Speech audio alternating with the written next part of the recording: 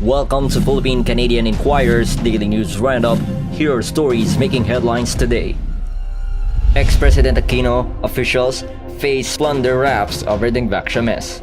Former President Benigno Noynoy Aquino III is facing another complaint over the controversial 3.5 billion peso anti-dengue immunization program spearheaded by the previous administration. Ferdinand Topacio, a lawyer for Volunteers Against Crime and Corruption, on Thursday accused Aquino and other government officials of plunder, malversation of public funds, and violation of the Anti-Graft and Corrupt Practices Act. In a complaint filed before the Office of the Ombudsman, Topacio also named the following as respondents: ex-Budget Secretary Florencio Abad, former Executive Secretary Paquito Ochoa Jr., ex-Department of Health Secretary Janet Garin, and 18 incumbent and former DOH officials. This is the second complaint the VACC filed against Aquino and cohorts in relation to the Dengvaxia vaccine.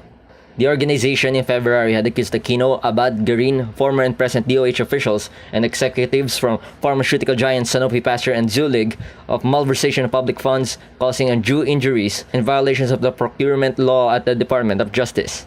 It can also be recalled that Aquino and Garin were charged with mass murder and plunder before the Ombudsman by former Technical Education and Skills Development Authority Director General Augusto Sijuco Jr. in December last year. Human Rights Watch slams Dela Rosa over kill imprisoned drug lords remark. Human Rights Watch on Thursday has answered the Bureau of Corrections Chief Ronald Bato Dela Rosa's remark that prison guards should not be afraid of shooting incarcerated drug lords.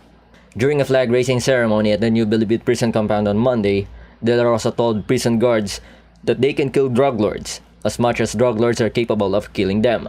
The prison's chief also assured the guards that he will protect them if they kill an inmate. These remarks came as no surprise to HRW Deputy Director of Asia Division Philem Kine.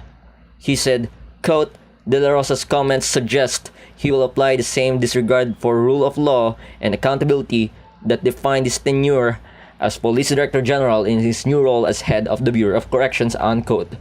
Kine also reminded Dela Rosa that International Criminal Court has begun a preliminary examination into the killings linked to the administration's war on drugs and warned him of the possibility of the ICC extending its investigation into the Philippine prisons as well as a separate inquiry by the United Nations. Quote, "These developments suggest that sooner or later, Dela Rosa may be held to account for his ongoing role in the bloody campaign he continues to zealously endorse," unquote, Kine said. Kuwait frees 4 Filipino drivers. The Kuwaiti government has freed 4 drivers arrested for participating in the Philippine Embassy in Kuwait's rescue of distressed overseas Filipino workers from their employers, Malacanang reported on Wednesday. The release was a product of a high-level meeting between officials from the Philippines and Kuwaiti Interior Ministry, according to presidential spokesperson Harry Roque Jr.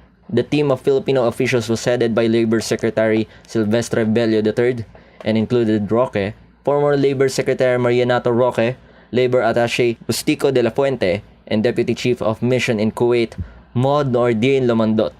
The meeting also resulted to the drafting of a memorandum of agreement between the Philippines and Kuwait, which the government expects to be signed soon. The officials agreed to create a special unit within the Kuwaiti police that the Philippine Embassy can liaison with regarding complaints of Filipino workers, which will be available 24 hours, and a 24/7 special hotline number that OFWs can call for assistance. The Kuwaiti government also guaranteed that all undocumented Filipinos, with an exception of those with pending cases, will be allowed to return to the Philippines as part of the government's repatriation program. 150 of the 600 undocumented OFWs are expected to fly back to the Philippines with the Filipino officials.